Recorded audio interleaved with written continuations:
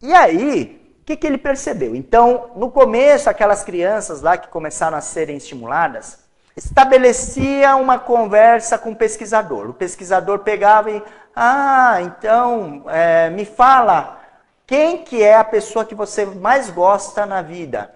E aí as crianças, a mamãe, o papai, o irmãozinho, a avó, o avô, etc.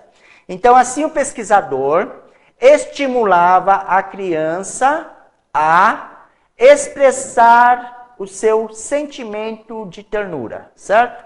Depois, e o outro grupo, claro, ficava sem nenhum desses estímulos aqui, tá? Eu estou falando agora só do grupo que foi estimulado à bondade, ok? O outro passo foi simular para a criança que aquela pessoa que ela mais gostava estava com problema, estava doente, ou estava com uma situação financeira ruim. Então ele simulava uma situação ruim e contava para a criança, nossa, eu fiquei sabendo que fulana, que você ama tanto, ela está passando por essa dificuldade e tal, né? Puxa vida, mas que coisa, não? E aí o pesquisador estimulava a criança a fazer o quê? A pensar em como ajudar aquela pessoa que ela amava. Começaram a testar os dois grupos, ok? O grupo que foi estimulado a ter bondade, eles começaram a ter reações diferentes às coisas que aconteciam. Então, por exemplo, eles pegavam e pediam para uma pessoa, para um estudante desconhecido daquela criança, passar na frente dela, com livros na mão, e simulasse um tropeção, derrubasse os livros no chão, tal. O grupo de crianças, as crianças que eram estimuladas à bondade, estavam prestando mais atenção, iam lá e ajudavam o desconhecido. Ou seja, elas praticavam um ato de gentileza.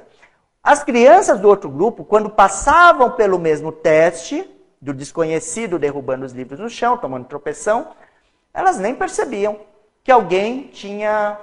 Elas não percebiam, elas não estavam atentas. E aí elas não desenvolviam a gentileza. Então elas não tinham nem a ternura desenvolvida. Por quê? Porque elas não foram estimuladas, lógico. E aí isso levava elas a não prestarem atenção e não praticarem também a gentileza, porque elas não percebiam o que estava acontecendo à volta delas. Aí o pesquisador continuou, os pesquisadores continuaram estimulando as crianças. Qual que foi o terceiro estímulo? Eles colocaram uma figura, uma pessoa que ia provocar a criança, que ia ser o inimigo da criança. Ia provocar, dar risada, fazer alguma coisa que deixasse a criança irritada, tal, né? E aí, para esse grupo em que a bondade foi estimulada, o que eles fizeram? Eles pegaram e falaram, nossa, fulano de tal, que a criança não gostava, né? Fulano de tal está passando por uma dificuldade. Aí fizeram isso também para o grupo de crianças que não foram estimuladas, ok? No grupo de crianças em que não foram estimuladas à bondade, o que aconteceu? Que bom, tomara que ele continue assim e tal, né? Então, torcia pelo mal daquele inimigo, entre aspas. Na verdade, não era um inimigo, né? Era só um ator, praticamente, só para efeito de pesquisa, né? Tomara, né? A reação, na verdade, essa é a reação da maioria de nós, né? Infelizmente, né? Por quê? Porque a gente está em consciência de sono, né? E qual que foi a reação do grupo de crianças estimuladas? As crianças que foram estimuladas a ajudarem os parentes, os próximos que elas gostavam, elas tiveram a seguinte reação. Nossa senhora, puxa vida, o que a gente pode fazer para ajudá-la também, né? Vamos ajudá-la. Olha só a diferença. Ela não reagiu, ela agiu. Apesar de ela não gostar daquela pessoa, ela ainda foi no sentido de ajudá-la. Percebe? Então, o Richard Davidson, ele conseguiu descobrir duas coisas interessantes, muito importantes para nós, na verdade. Primeiro, bondade é uma coisa natural em nós. Bondade é uma coisa natural em nós. O que acontece? O nosso processo de educação faz com que a gente pare de ser bondoso. Aquilo que é natural em nós passa a ser podado. Então, como que isso é podado? Por exemplo, vai o filho de um amigo seu na sua casa, tal, né? E tá lá seu filho com um brinquedinho, com um videogame caro pra caramba, né? Aí você pega e avisa pro seu filho, olha, esconde esse videogame, porque fulano de tal está vindo aí, e se quebrar, eu não vou te dar outro. O que você está estimulando ele a fazer? Você está estimulando ele a ser egoísta, percebe? Você está estimulando ele a não dividir as coisas dele com outras pessoas, com outras crianças. Então nós estamos, na verdade, quando fazemos isso, podando a bondade da criança. Então, se o mundo está desse jeito hoje, é culpa nossa. Porque nós não ensinamos as crianças da forma como elas tinham que ser educadas. Ou seja, sendo bondosas. Não, a gente ensina ela a competir, não, ela tem que ser competitiva. A gente confunde violência com masculinidade. Violência não tem nada a ver com masculinidade. Então, às vezes, você vai na escola, tem lá o filho que bateu no outro e você ainda pega e fala, estou orgulhoso de você. Como pode isso? Não pode. Violência não é masculinidade.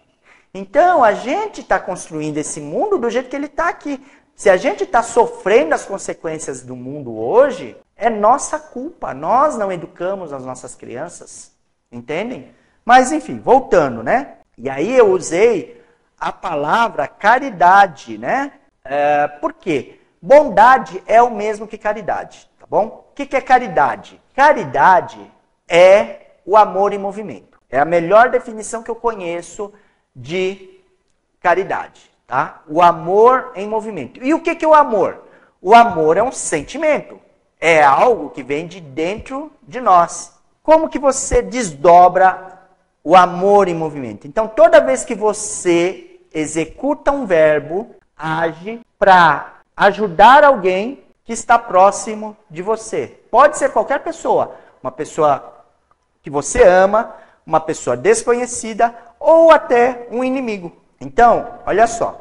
Bondade é o mesmo que caridade. Já que estudos científicos mostram que a prática da bondade fortalece os sistemas, é possível afirmar também que a prática da caridade tem o mesmo resultado. Por quê? Porque a caridade ou a bondade ativa o neocórtex. Na verdade, eu não terminei de falar lá no slide anterior, mas aí o Richard Davidson descobriu que quando a criança, era aquele grupo de crianças que foram estimuladas a serem bondosas, elas tinham o neocórtex ativado. Só que aí eles continuaram as pesquisas, continuaram os testes, e mesmo enquanto a criança estava lá jogando videogame, depois de um certo tempo de prática da bondade, da caridade, ela também ficava com o neocórtex ativo o tempo todo, como os monges budistas, que praticavam a meditação todos os dias, elas também ficaram com o neocórtex ativo o tempo todo. Olha só, então o mesmo efeito da meditação. Temos na Bíblia o exemplo de Paulo, que praticou caridade por toda a sua vida e mesmo sendo picado por uma cobra, não morreu. É assim. Paulo de Tarso, né? Aqui dá nome à nossa cidade de São Paulo. Eu estou gravando esse curso aqui em São Paulo, cidade de São Paulo, né? Paulo de Tarso, a mesma pessoa que dá o nome à nossa cidade. Ele foi recrutado por Cristo, vamos dizer assim, lá nas portas de Damasco, quando ele estava perseguindo um dos seguidores de Cristo. Lembra? Isso, nesse momento ele era jovem, ok? Ele era jovem, aí ele passou por um monte de coisa para poder começar a trabalhar na divulgação das mensagens, dos exemplos e dos ensinamentos de Cristo. Então houve, depois daquele momento, porque não tem milagre, tá? Não tem milagre. Então Cristo apareceu para ele entendeu, Paulo entendeu que estava fazendo bobagem, estava perseguindo a pessoa errada, e daí, desse momento em diante, ele começa a se estudar, se melhorar, se aperfeiçoar, trabalhar para, depois de um certo momento, começar a divulgar, espalhar as informações de Cristo. Ok? Então não foi de uma hora para outra. E aí, em um dado momento, quando ele já está velhinho, primeiro ponto, antes disso, lembra que eu falei, caridade é qualquer ato que você pratica em direção ao bem. Então, por exemplo, vou dar um exemplo contrário. Então, por exemplo, vem um mendigo perto de você você pega uma moeda e dá para ele, mas você não dá para ajudar ele. Você dá a moeda para que ele se afaste logo de você, para que ele saia de perto de você mais rápido. Isso não é caridade. Isso não é caridade, tá? Por fora está parecendo que é caridade, mas não é caridade. Porque caridade é um ato de bondade que vem de dentro de nós. É um ato de amor. É o amor em movimento, né? Então, isso somente é caridade quando você pega a moeda e você realmente deseja ajudar aquele mendigo, ok? Quando Paulo começa a ensinar o evangelho, quando Paulo começa a ensinar os exemplos e os ensinamentos do mestre, o que acontece? Ele está praticando caridade. Ele está sendo bondoso. E o que acontece quando a pessoa é bondosa, quando a pessoa é caridosa? Seu neocórtex é ativado. E o que acontece quando o neocórtex é ativado? Todos os seus sistemas fisiológicos, espirituais e materiais, inclusive espirituais, né? Porque a maioria das pessoas não acredita nisso, né? Mas inclusive os sistemas espirituais se fortalecem. Sistema ósseo, sistema muscular, sistema cardíaco, sua memória melhora, seu raciocínio lógico melhora, tudo melhora em você. Se tudo melhora em você, o que vai acontecer? Por exemplo, o que aconteceu no caso de Paulo? Então, Paulo, quando ele está velhinho já está no final ali do trabalho dele, ele vai para uma ilha chamada Patmos, ali perto da Grécia. Eu acho que até faz parte da Grécia, ou fazia parte da Grécia naquele momento. Vai com Lucas, né? E ele, logo na chegada, ele recebe uma picada de uma cobra. Só que as pessoas do povo daquela ilha, naquele momento, não tinham intimidade ali com Paulo. Paulo acho que era a primeira vez que estava indo para aquela ilha e tal, né? E o povo começou a fazer um bafafá, do tipo, ele vai morrer, ele tomou picada daquela cobra lá, tal, né? Daquela cobra coral. Não é essa não, mas eu não sei qual que era, então vou inventar essa, tá? Tomou uma picada da cobra coral, tal, então ele vai morrer, não sei o que, tal, né? Passaram o dia todo comentando isso. E Lucas ouviu, percebeu esse burburinho aí da população, né? À noite ele chegou para Paulo e falou, Paulo, o povo está falando que você vai morrer por causa da picada daquela cobra. E Paulo pegou e tranquilamente, pegou e falou, não pode ficar tranquilo, eu não vou morrer não, meu trabalho ainda não acabou não. Aí eu abro aqui um parênteses. Como que Paulo sabia que ele não ia morrer? Como que Paulo sabia que não ia morrer? Ele tinha tomado uma picada de cobra.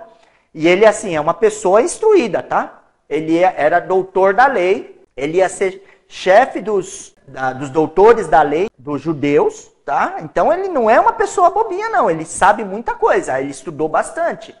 Ele sabe que uma picada de cobra poderia matá-lo, mas ele pega e afirma, eu não vou morrer. Como que ele sabe que ele não vai morrer? Cristo, em um dado momento, ele pega e fala assim, quem me segue, quem está comigo, não conhecerás a morte. Poderá tomar picada de cobra e não morrerá. Isso, ele foi literal. Ele foi literal. Ele realmente estava falando que se tomasse picada de cobra não ia morrer. Foi o que aconteceu com Paulo. E Paulo entendeu essa fala de Cristo. Por isso que ele fala com certeza, eu não vou morrer. Pode ficar tranquilo. O que é estar com Cristo? O que é seguir a Cristo? É praticar a caridade. É praticar a bondade. E quando você pratica a bondade e a caridade, seu neocórtex é ativado, todos os seus sistemas são fortalecidos, inclusive o imunológico, no caso de Paulo, que não deixou a picada de cobra matá-lo. Olha só que interessante. Eu não estou falando para você não ir no médico se você for picado por uma cobra, tá? Mesmo você fazendo caridade, mesmo você meditando. Não estou falando isso.